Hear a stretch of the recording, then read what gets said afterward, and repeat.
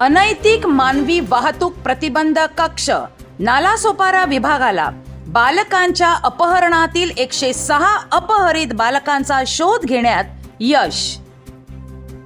अनैतिक मानवी वाहतूक प्रतिबंधक कक्ष नालासोपारा यांनी 2023 मध्ये मीरा भाईंदर वसई विरार पोलीस आयुक्तालयातील परिमंडळ 2 व 3 मधील पोलीस ठाण्यात दाखल भारतीय दंड संहिता कलम 363 गुन्ह्यामधील 104 गुन्हे उघड करून 106 अपहरित बालकांचा शोध घेऊन सदर अपहरित बालकांना त्यांच्या पालकांच्या ताब्यात देण्यात अनैतिक मानवी वाहतूक प्रतिबंधक कक्षास यश आलेले आहे।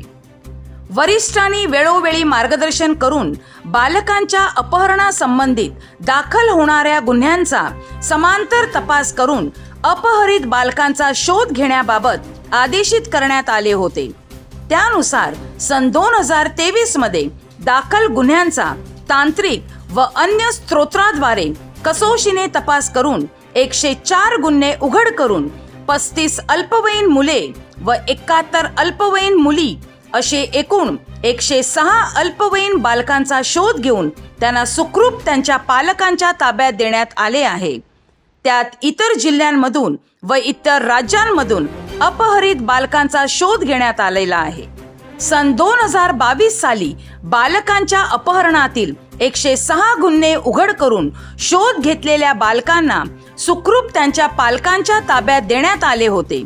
तसेच मीरा भाईंदर वसई विरार पोलीस आयुक्तालय स्थापन झाले असून 298 बालकांचा शोध घेण्यात त्यांना यश मिळालेले आहे।